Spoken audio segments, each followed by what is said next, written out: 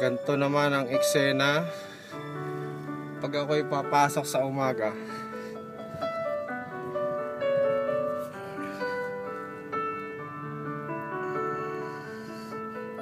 Sa backlane po ako dadaan, ano po, kasi sa Inkster masyadong madulas. Sa backlane po ako dadaan. Ito po ang tinatawag nilang backlane.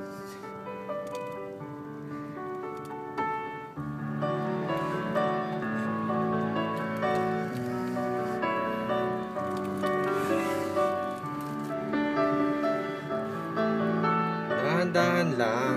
Makakarating din naman tayo sa pupuntahan. Ayan o, may naglilinis pa. Ayan. Pagpala ka na magpala. Kung kaya mong palahin ang buong Winnipeg, palahin mo.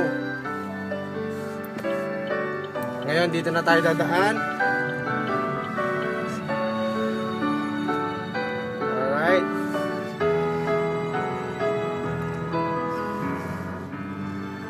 Alas 8 po ng umaga ngayon.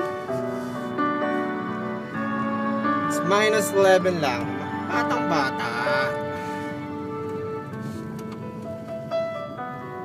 Kayang-kaya. Kaya nga nakabalot ako eh. Oh, ha? Ganun. Bago lang tayo dito. Kaya huwag tayo masyadong magyabang. Mahirap na. Baka tayo magkasakit. Bawal pa daw magkasakit dito eh. O, ayan. Green light. Tayo kakanan. Alright. Ayan na po.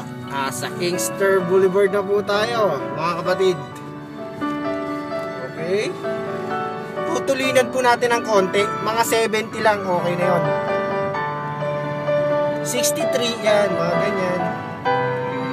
Para pag dumulas ayos din. Mga 64. Ayan o. 64, 65.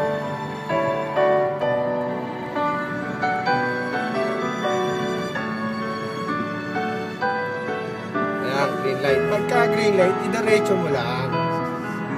Ayan, kahit ganyan, yellow, idiretso mo pa rin. Ito, pagaganahin natin to. Ayan o, nakita nyo? Ayun o. Ayun, ibig sabihin nun, overspeeding daw po ako.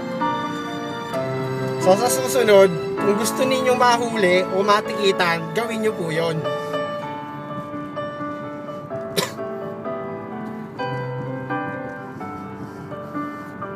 Ganito po ang ginagawa ko tuwing umaga.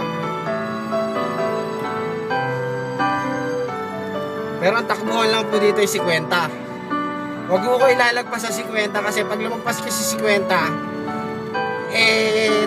matitikitan kayo niyan. Kung gusto nyong mag-donate ng pera, ayos din. O, ayan, ganyan. Ganyan lang ang takbo. Bababain mo siya ng 50, 48 lang ang play ng takbo mo, 45, ganyan. Kasi merong camera. Ayan, tingnan nyo, nakikita nyo po ba? Ayan, madadaanan natin.